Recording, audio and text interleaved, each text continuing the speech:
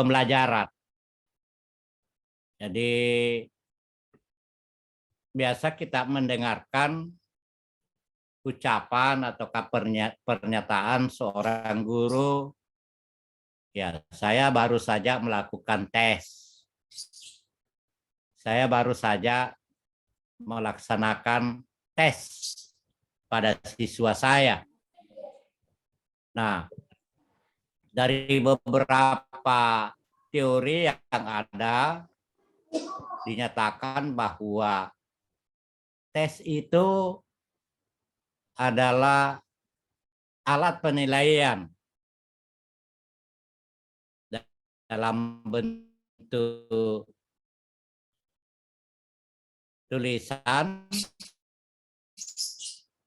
untuk mencatat yang sesuai dengan tujuan yang telah ditetapkan. Itu pendapat Yakob. Atau ada juga mengatakan bahwa tes itu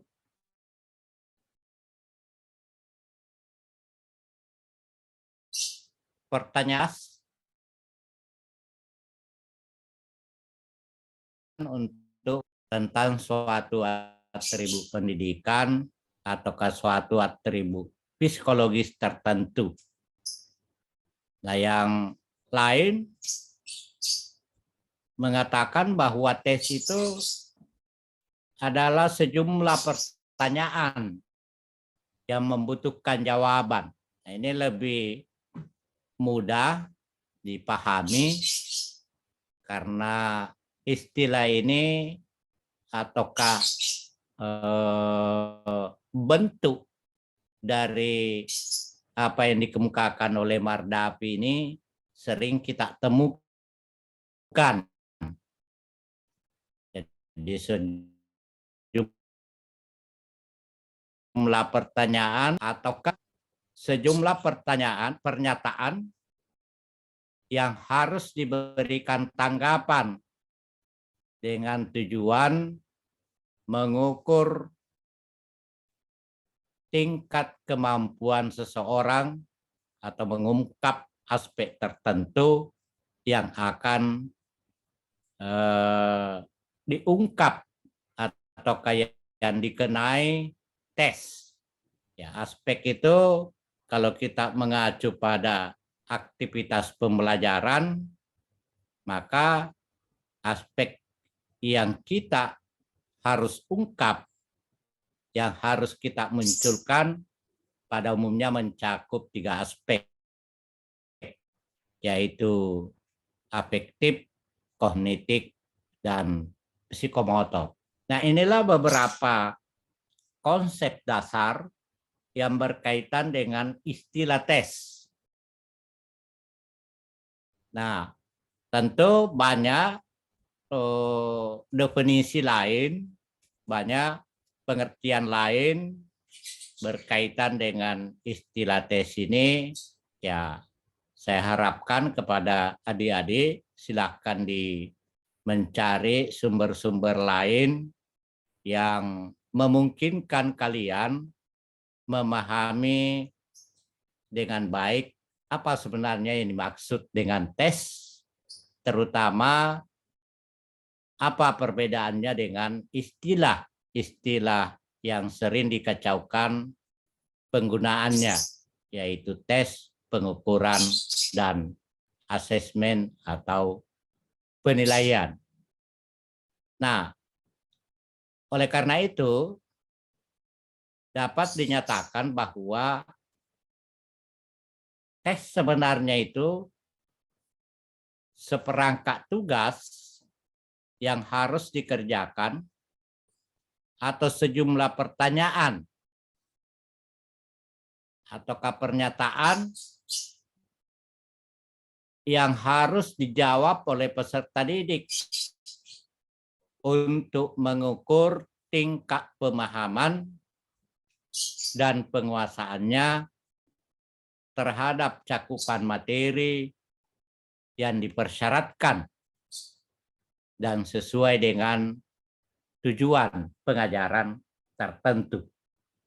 Nah, inilah bisa dinyatakan sebagai kesimpulan dari beberapa definisi, dari beberapa pengertian tes yang dikemukakan oleh para ahli, bahwa tes itu seperangkat tugas yang harus dikerjakan atau sejumlah pertanyaan atau pernyataan yang harus dijawab oleh peserta tes sehingga dapat diukur sejauh mana pemahaman atau penguasaan peserta didik terhadap materi yang telah ditentukan atau materi yang telah ditetapkan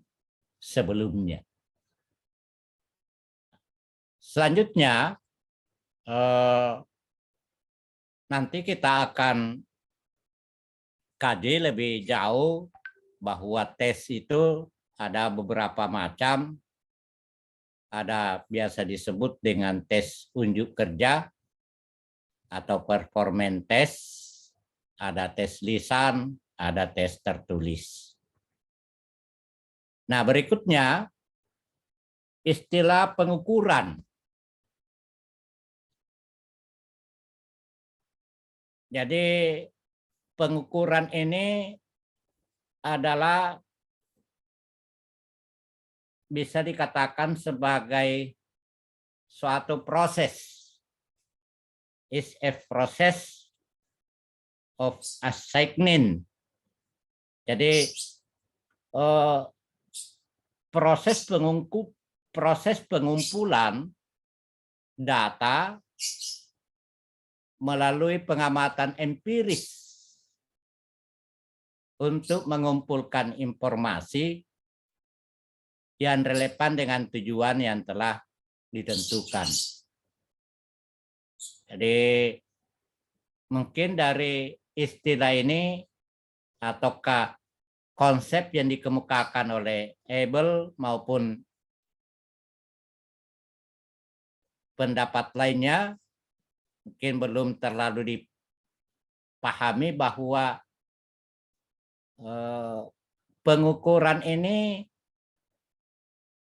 adalah suatu kegiatan, suatu aktivitas mengumpulkan data melalui pengamatan secara langsung untuk mengumpulkan informasi yang relevan dengan tujuan yang telah ditetapkan sebelumnya. Oke, untuk pendapat yang lebih mudah mungkin untuk dipahami yang dikemukakan oleh Permendikbud tahun 2013 dinyatakan bahwa pengukuran itu adalah kegiatan membandingkan hasil pengamatan dengan suatu kriteria atau ukuran tertentu. Dengan demikian, dari beberapa definisi tadi dapat dinyatakan bahwa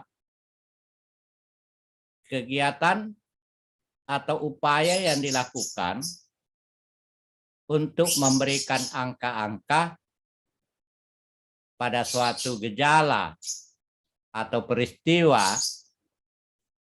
atau benda, maka pada umumnya hasil pengukuran itu akan selalu berupa angka. Nah, maka dapat disimpulkan bahwa pengukuran atau biasa juga disebut dengan istilah asing itu measurement adalah proses pemberian angka. Jadi ingat dari sini sudah ada perbedaan kan dengan tes. Jadi kalau pengukuran itu proses pemberian angka. atau usaha memperoleh deskripsi numerik. Ya, numerik itu berkaitan dengan angka-angka dari suatu tingkatan peserta didik setelah mencapai karakteristik tertentu. Jadi semoga dari apa yang saya sampaikan ini paling tidak adik-adik sudah bisa memberikan gambaran ataukah ada pemahaman. Oh, tes sebenarnya atau pada hakikatnya tes itu adalah proses ini. Sedangkan pengukuran itu adalah proses tentang ini. Mengapa ini penting? Seperti yang saya sampaikan di awal, kalian itu adalah pendidik ataukah calon pendidik, atau kalau tidak, ya calon ahli di dalam dunia pendidikan. Apalagi kalau sudah meraih gelar magister pendidikan, ya tentu saja salah satu komponen dalam proses pembelajaran yang penting dikuasai dengan baik adalah berkaitan dengan asesmen. Oleh karena itulah mengapa istilah-istilah di dalam asesmen itu perlu dikuasai dengan baik, terutama ketiga istilah ini penting awal dikuasai karena ini sering ada kekeliruan di dalam pemakaiannya. Ya, biasa kita dengarkan kalau guru ditanyakan mengenai aktivitasnya, biasa jawaban yang diberikan itu tidak sesuai dengan aktivitas yang sesungguhnya yang sedang dilakukan. Mungkin saja guru itu melakukan pengukuran, dia mengatakan sedang melakukan tes. Ataukah sebenarnya atau pada hakikatnya dia sedang melakukan tes, tetapi dia mengatakan sedang memberikan penilaian. Nah, skala pengukuran tentu ini juga nanti kita akan bahas secara khusus, yaitu ada skala nominal, ada skala ordinal, ada skala rasio, dan ada skala interval. Skala-skala ini pada waktu S1 tentu masih ingat bahwa ini banyak juga dikaji ataukah dibahas pada mata kuliah statistik ataukah mata kuliah penelitian.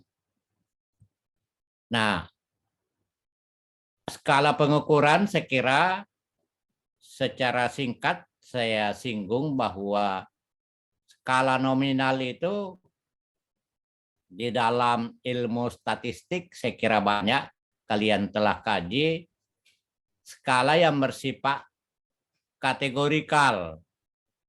Biasanya jenis datanya hanya menunjukkan perbedaan antara kelompok satu dengan kelompok lainnya, misalnya jenis kelamin, golongan, organisasi, dan sebagainya.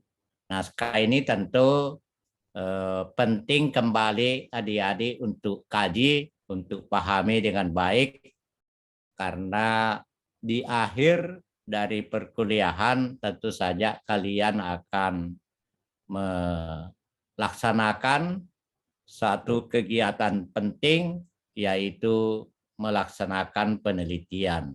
Nah, di dalam kegiatan penelitian, adik-adik tentu khusus dengan penggunaan skala-skala pengukuran sesuai dengan jenis statistik yang dipakai nanti.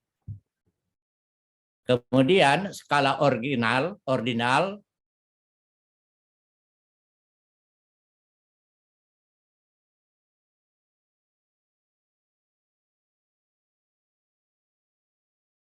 Ya, skala yang menunjuk tanpa mempersoalkan tersebut. Lalu skala interval ini skala yang menunjukkan adanya jarak yang sama dari angka yang berurutan dari yang terendah ke tertinggi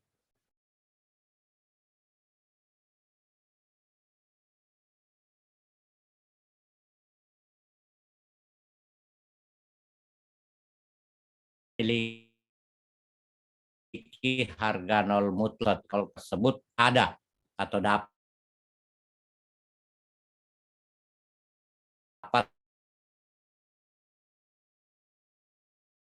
diamati. Bedanya rasio memiliki harga nol mutlak, artinya harga nol tidak menunjukkan ukuran sesuatu atau tidak ada. Ya, mengenai ini saya kira adik-adik dipersilakan membaca ataukah mengkaji lebih jauh di dalam materi-materi ataukah buku-buku ataukah kajian statistik.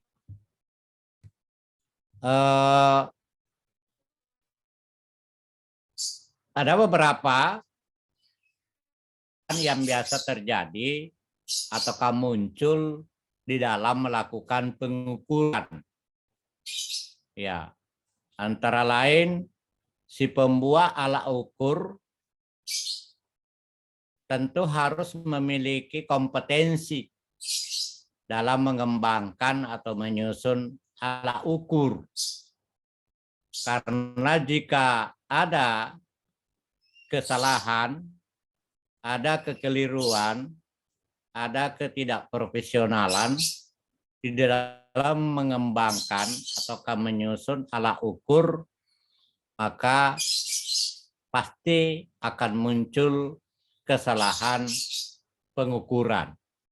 Jadi kesalahan pengukuran itu bukan hanya di dalam pelaksanaan pengukuran, tetapi alat yang dipakai di dalam melakukan aktivitas pengukuran pun jika itu keliru ataukah lemah, maka pasti akan memunculkan ada kesalahan di dalam melaksanakan pengukuran. Mungkin saja hasilnya tidak sesuai ataukah di dalam menginterpretasi hasil pengukuran bisa saja muncul kekeliruan. Oleh karena itu, alat ukur harus memenuhi persyaratan validitas dan reliabilitas yang baik. Makanya adik-adik nanti pada saat menyusun instrumen di dalam melakukan penelitian, biasanya sesuai dengan jenis penelitiannya, kalian dipersyaratkan atau diminta untuk melakukan validitas instrumen. Misalnya instrumennya itu ada tes yang akan dilakukan, ada alat-alat tes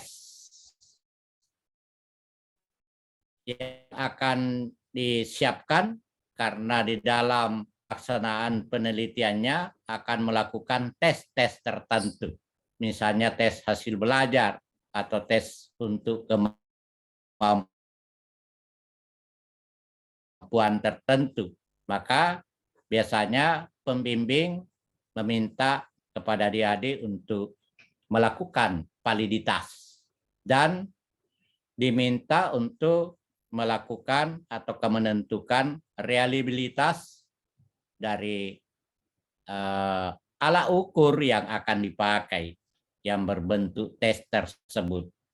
Bahkan jika itu berupa soal dan sebagainya, biasanya diminta persyaratan bagaimana tingkat kesukarannya, bagaimana dengan daya beda dan tentu saja tingkat keberfungsian pengecoh dari soal ataukah tes yang dikembangkan itu.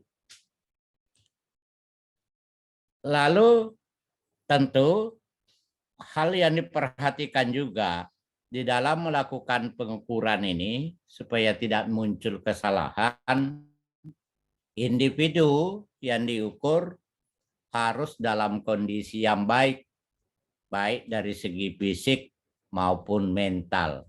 Karena jika individu yang diukur dalam kondisi yang kurang baik, apakah mungkin tidak sehat ataukah mentalnya terganggu, tentu akan memberikan pengaruh pada hasil pengukuran.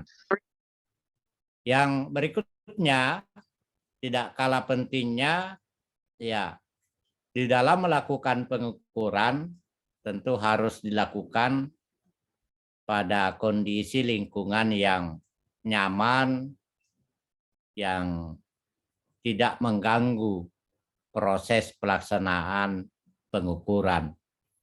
Inilah beberapa hal yang biasanya perlu diperhatikan dalam melakukan pengukuran sehingga tidak muncul adanya kesalahan, tidak muncul adanya kekeliruan di dalam melakukan pengukuran.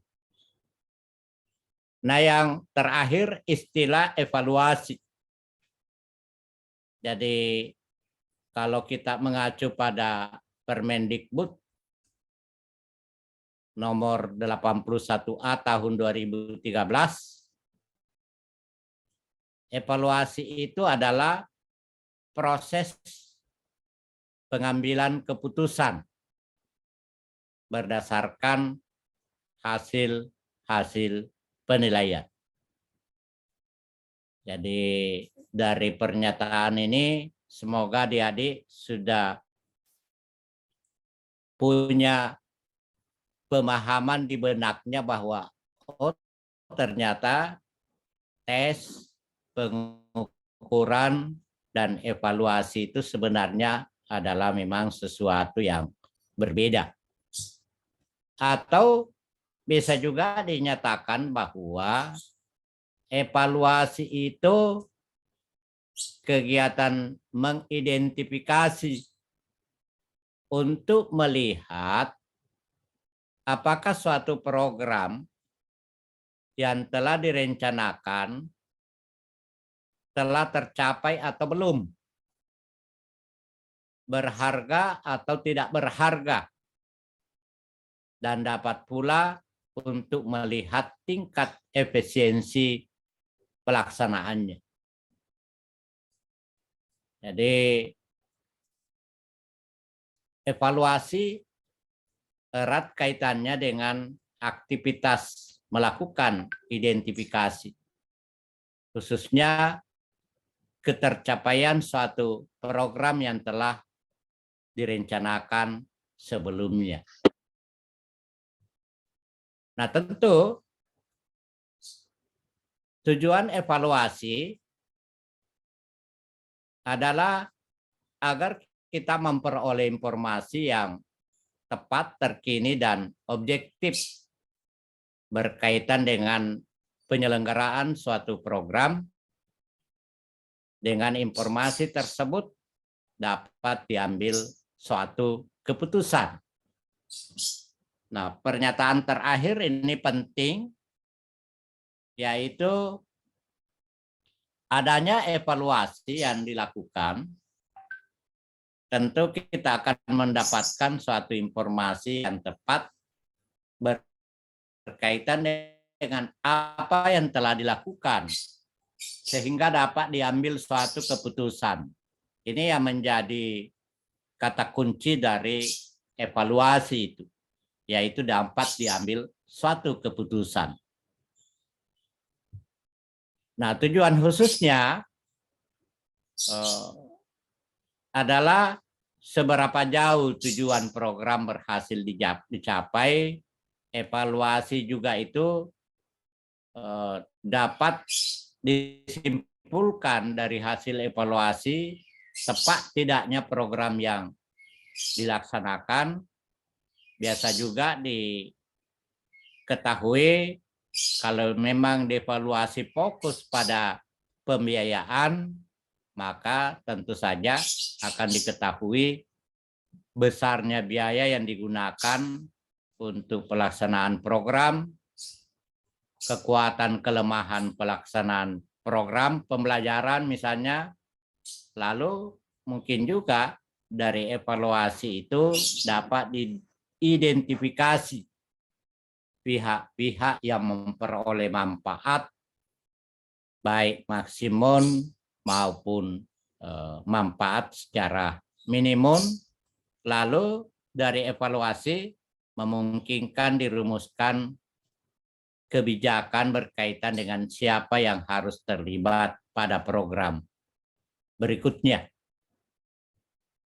Nah, langkah-langkahnya saya kira ini akan dikembangkan nanti, akan kita bahas secara khusus langkah-langkah di dalam melakukan evaluasi. Nah, yang selanjutnya adalah penilaian atau asesmen.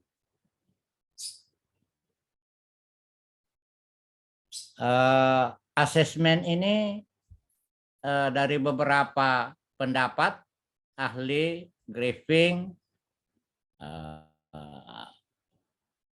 Asroff, Allen, intinya dapat dinyatakan bahwa asesmen itu serangkaian kegiatan pengumpulan data tentang kinerja seseorang untuk kepentingan pembuatan keputusan. Jadi mohon adik-adik dari istilah-istilah tadi itu paling tidak ada gambaran lah perbedaan antara satu dengan lainnya. Mulai dari istilah tes, pengukuran, evaluasi, dan sekarang adalah asesmen. Jadi kalau baru saja tadi dipaparkan evaluasi itu biasanya adalah dilakukan untuk memberikan statement ataukah memberikan satu keputusan mengenai suatu program kegiatan. Nah, sekarang asesmen itu istilah asing yang biasa diterjemahkan dengan istilah penilaian. Adalah kegiatan pengumpulan data tentang kinerja seseorang untuk kepentingan pembuatan keputusan. Nah, dengan demikian,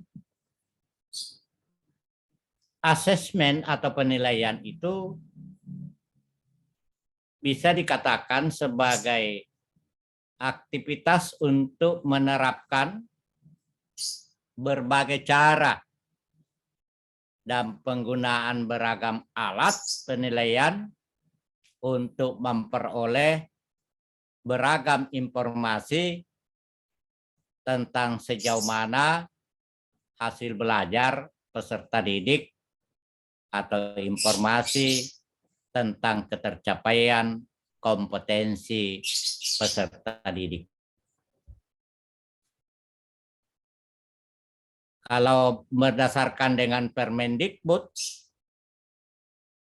maka asesmen adalah proses mengumpulkan informasi atau bukti melalui pengukuran.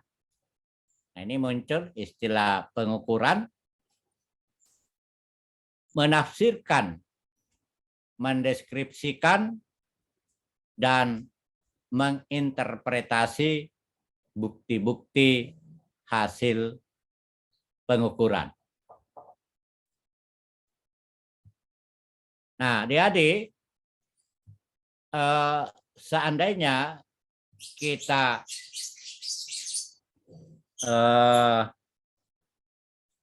masukkan dalam gambar, maka akan tergambar bahwa testing, ada istilah testing, cara penilaian yang dirancang dan dilaksanakan kepada siswa pada waktu dan tempat tertentu serta dalam kondisi yang memenuhi syarat tertentu. Lalu jadi pertama diberi tes, ada pengukuran, adalah proses pemberian angka atau usaha memperoleh deskripsi numerik dari suatu tingkatan di mana seorang siswa telah mencapai karakteristik tertentu. Kemudian berikutnya pada kajian yang lebih luas, kajian yang lebih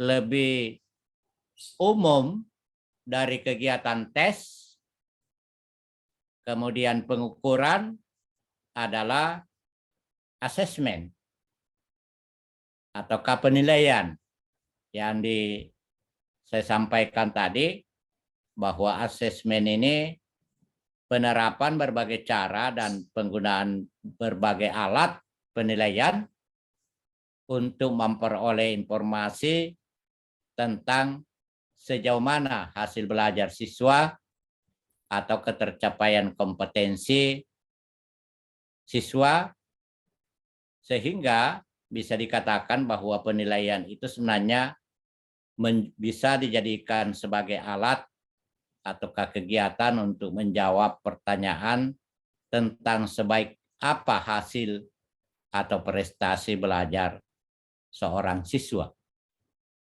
Nah, berikutnya adalah evaluasi, yang kalau kita lihat aktivitas evaluasi ini berada di luar aktivitas tes, kemudian pengukuran dan asesmen. Tetapi dengan evaluasi ini akan memungkinkan untuk diidentifikasi atau melihat apakah suatu program yang telah direncanakan itu tercapai atau belum. Nah, untuk melihatnya, untuk menjawabnya ini tentu harus ada tes, ada aktivitas pengukuran, dan ada aktivitas asesmen. Nah, semoga dari gambar yang saya tunjukkan ini semakin memudahkan kalian untuk memahami bahwa istilah-istilah tes, istilah measurement atau pengukuran, asesmen atau penilaian, evaluasi ini, dan evaluasi kalian bisa memberikan kalaupun tidak bisa didefinisikan, paling tidak bisa dibedakan lah, karena definisi kan perlu kalian hafal, tetapi paling tidak kalian mampu menunjukkan, mampu menyatakan, menyimpulkan, oh ini guru tersebut atau pendidik itu sedang melakukan ataukah sedang menyusun alat tes, sedang melakukan pengukuran, sedang melakukan asesmen, ataukah sedang melakukan kegiatan atau aktivitas evaluasi. Nah, tadi saya kira sudah ini, jadi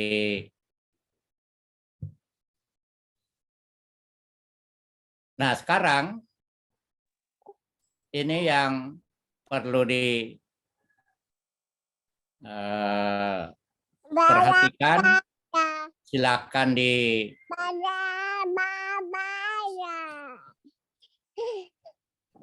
apa namanya, di screenshot.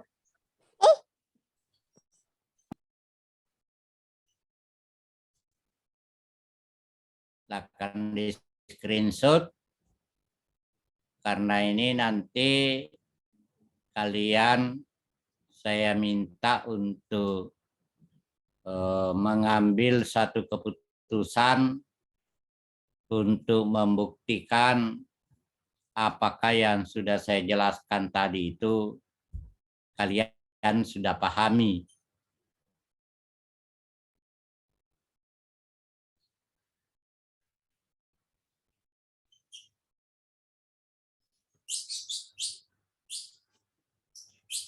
Jadi ini ada aktivitas atau kegiatan yang dilakukan oleh seorang guru, namanya Ibu Nisa.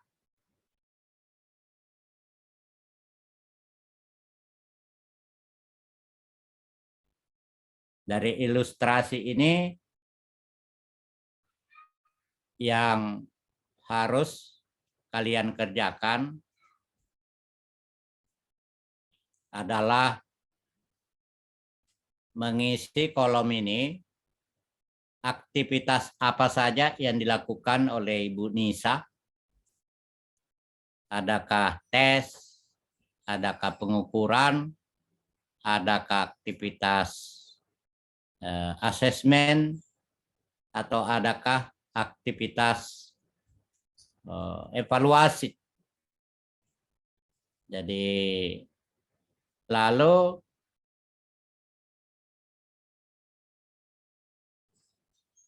deskripsikan bukti atau tindakan guru berkaitan dengan aktivitas tersebut.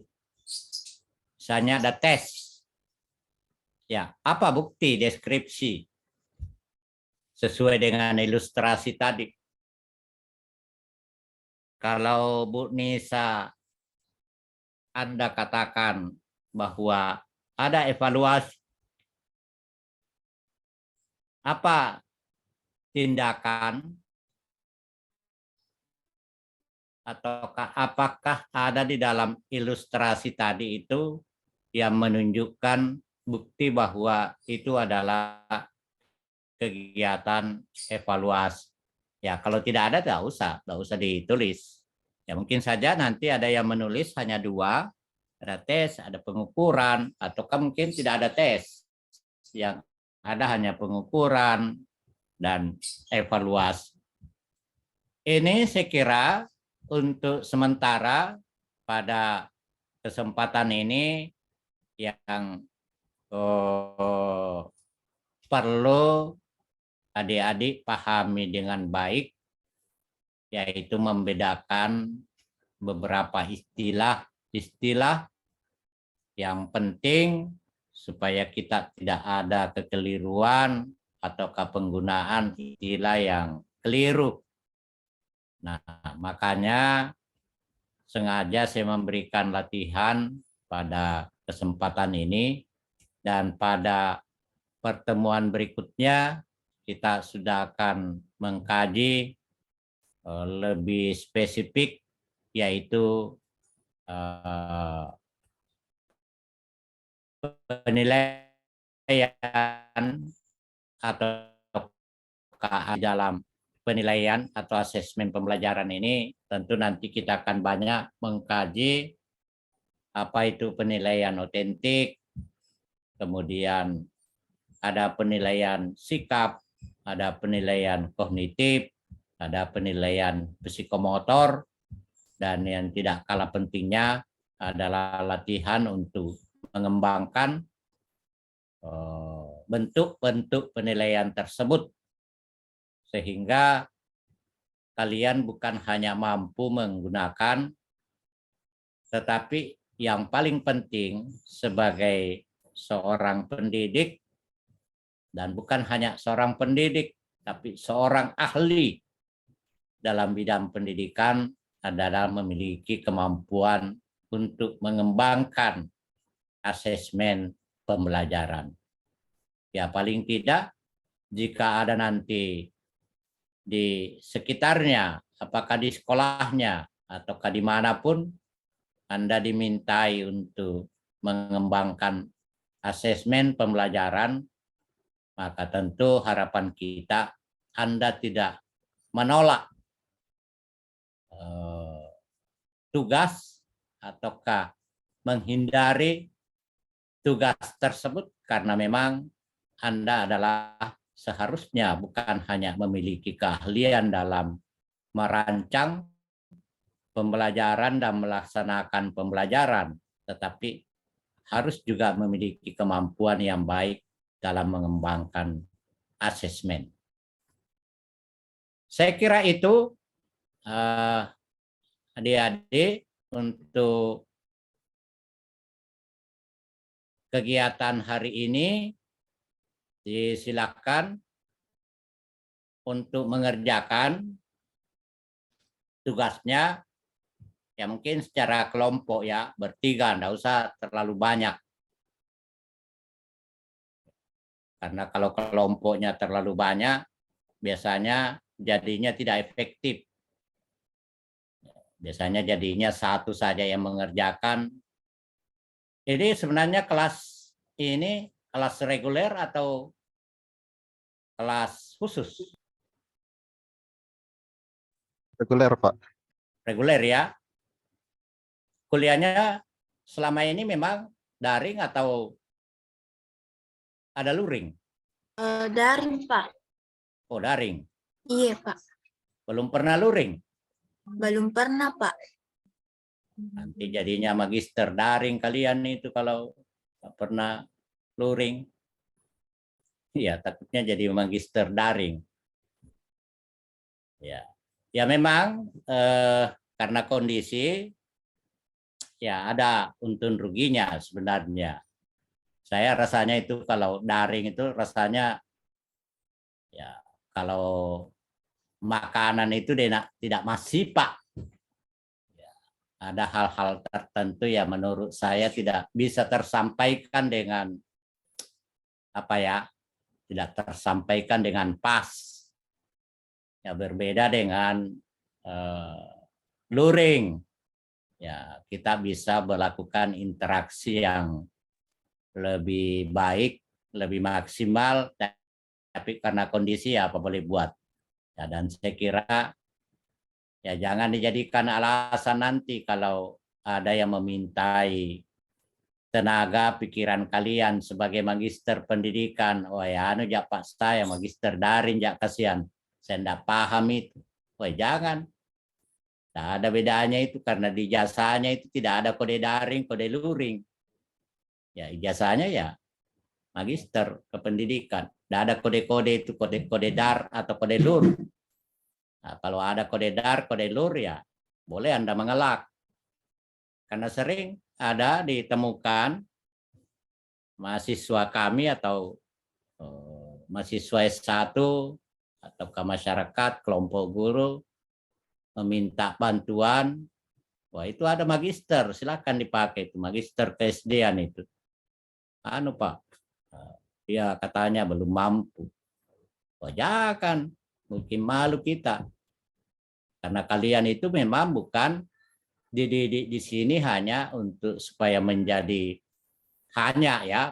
guru yang lebih tentu memiliki nilai plus dibanding guru yang hanya lulusan S1, tapi kalian juga akan disiapkan untuk menjadi ahli dalam bidang kependidikan, ya, yang khusus memahami hal-hal yang berkaitan dengan persoalan kependidikan.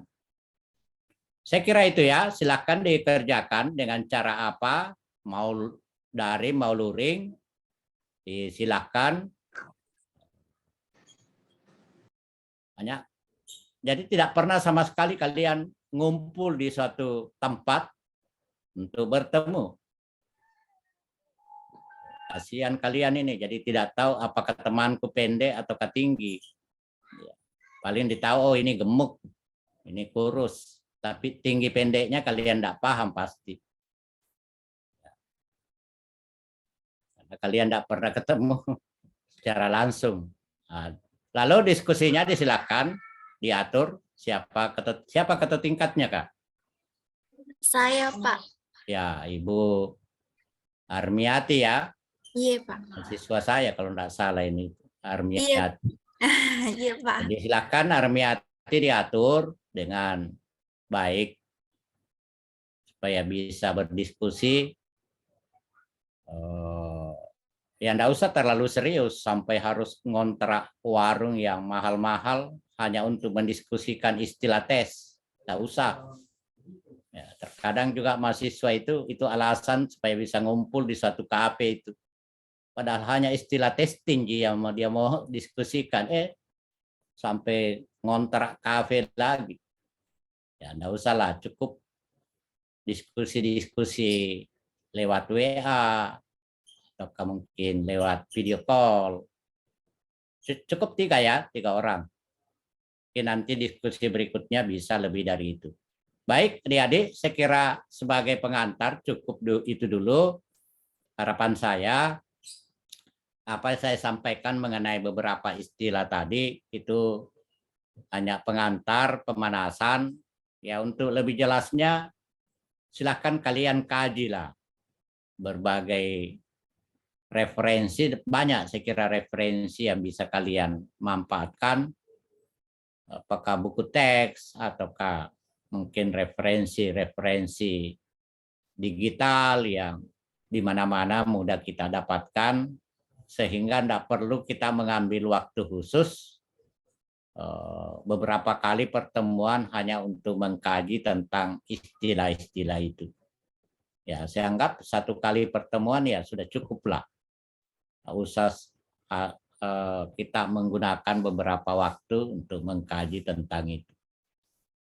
Saya kira itu adik-adik, dan tampaknya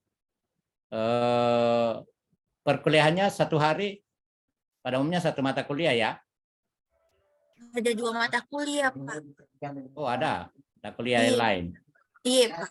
Ya, jadi manfaatkan waktunya adik-adik karena sesudah ini kan semester berikutnya kalian sudah harus melakukan kegiatan untuk tahap penyelesaian, yaitu penyusunan tesis. Beda dengan angkatan-angkatan sebelumnya itu perkuliahan memang dilakukan untuk beberapa semester. Tetapi kalian ini kan tidak banyak lagi mata kuliah. Oleh karena itulah harapannya bisalah kalian selesai ya, tepat waktu. Dan biasanya yang banyak terhambat itu di persoalan penyusunan laporan itu. Ya, tetapi di perkuliahan insya Allah kalau kalian aktif mengikuti perkuliahan, hadir, lalu mengerjakan tugas-tugas yang diberikan oleh dosen, ya pada umumnya bisa loloslah dengan baik pada perkuliahan. Tetapi biasanya memang kalian itu nanti menjadi sedikit jadi terhambat atau tersendat itu biasanya di dalam penyusunan. Tetapi ada juga yang cepat, tergantung biasanya individu masing-masing. Ada yang memang agresif, ada yang pasif, ya ada yang sedang-sedang. Tetapi harapan saya berusahalah bagaimana bisa menyelesaikan yang tercepat. Karena jika kalian bisa menyelesaikan tepat waktu, masih banyak aktivitas lain yang seharusnya bisa kalian lakukan, khususnya dalam pengembangan diri. Saya kira itu. Terima kasih pada Bapak Ibu, pada adik-adik. Semoga kalian sehat, semangat selalu. Dan saya yakin kalian juga punya aktivitas lain. Mungkin ada yang sudah menjadi guru, ada yang PNS, mungkin ada juga yang masih mengabdi sebagai tenaga honorer, Ya, saya kira sama saja. Intinya Anda semua itu adalah pengabdian untuk anak-anak kita. Oke? Kira cukup. Dan absennya apakah langsung di LMS atau bagaimana? Kalau absennya Pak, saya pakai dua sistem. Ada yang pakai Google Form, kemudian ada juga yang disediakan IT Pak, yang manualnya Pak. Oke, kalau untuk sementara coba Armiati mungkin manual ya, Iya Pak. atau mengecek secara langsung. Saya lupa setting LMS apakah memang sudah baik atau apa. Saya lupa setting. Kalau sudah LMS-nya sudah siap, ya silakan nanti kalian mengisi absen di LMS. Ya harapannya ya untuk sementara ini ya silakan Bapak Ibu berusaha untuk hadir di dalam setiap perkuliahan, karena ada beberapa memang dosen tertentu itu mempersyaratkan kalau tidak mencapai kehadiran sekian persen itu biasanya akan sulit untuk diluluskan. Karena itu berupayalah setiap ada kuliah ya menyempatkan diri untuk hadir. Sekira itu adik-adik, terima kasih banyak dan insya Allah semoga minggu berikutnya tidak ada halangan sehingga kita bisa melaksanakan pertemuan dan apapun informasinya akan saya sampaikan kepada Ibu Armiati ya, sebagai yang bukan dituakan ya, karena Ibu Armiati belum tua ya. Karena kalau saya katakan dituakan di kelas ini nanti dia tersinggung karena banyak yang lebih tua dari beliau. Makasih. Wabillahi taufiq wal hidayah. Assalamualaikum warahmatullahi wabarakatuh. Waalaikumsalam warahmatullahi Saya wabarakatuh. on diri ya. warahmatullahi wabarakatuh.